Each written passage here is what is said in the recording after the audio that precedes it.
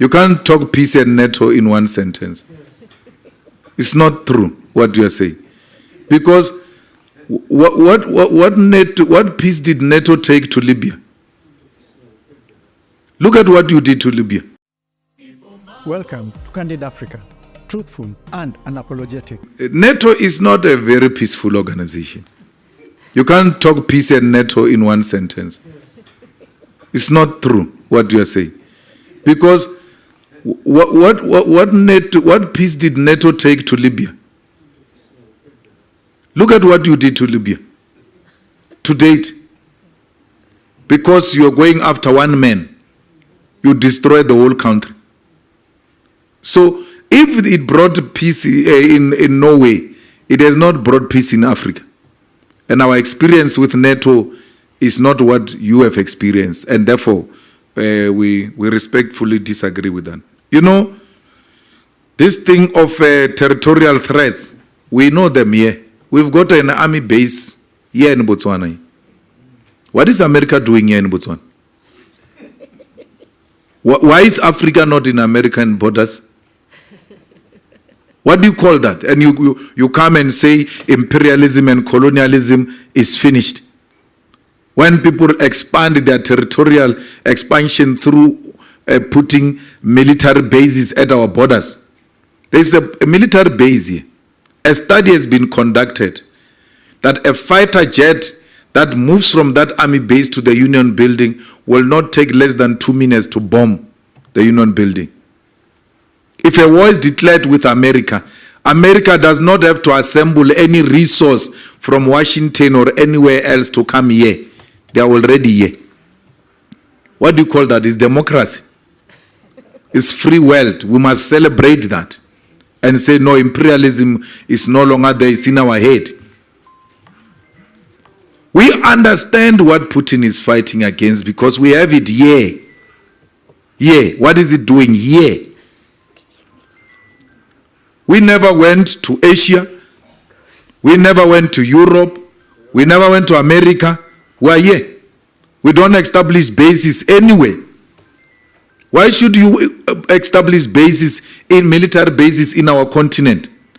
And when we speak, it's called old-fashioned politics. That they are out of fashion. There's no such a thing as imperialism. When imperialism is breathing on our neck, yeah, we're not going to allow that. We are going to expose that American military base here all the time in the platforms we get and educate our people that this is exactly what Putin is fighting against. America will not allow that. That Russia must go and establish a military base in Cuba with missiles facing the USA. Don't want to allow that.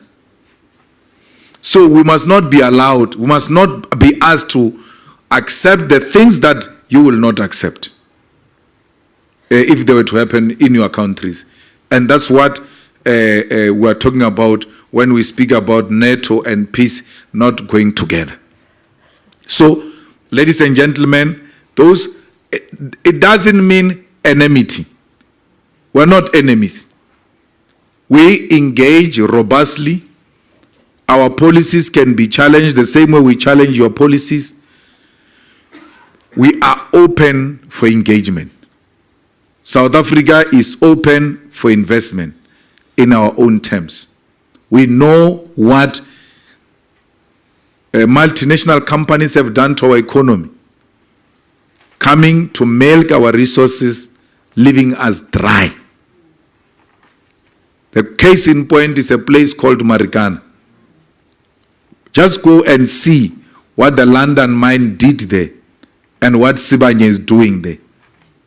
To date, with a huge operation of a mine just next to it, there is no water, there's no tar road, there's no electricity, there are no houses, no proper schools. People are squashed in one place. Yet, a stone thrown away, there is a mine. We cannot allow that to continue as is under the EFF. We want a mine that will benefit our people.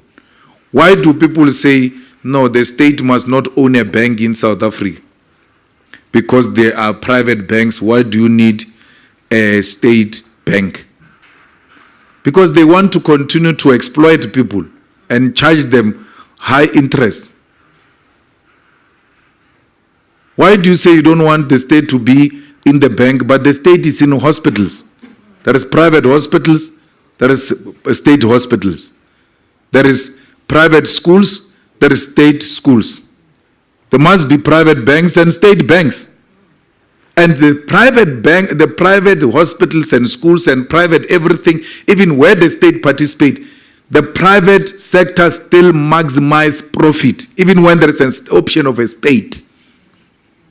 We will not close them down under the EFF.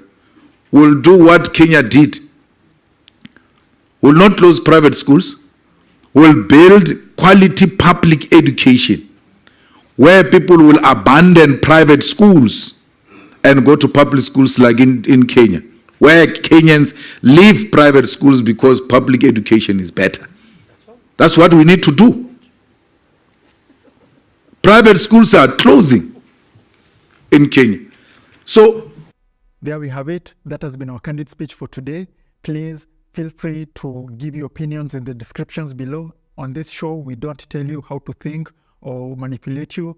Everybody is open to air the opinion, what you think about the speech. Did you love it? Did you like it? Do you disagree with it? Do you agree with it? Please let us know in the comments below. That's important. Discussing these issues is very important. So with that said, please make sure to like, subscribe, and hit the notification bell.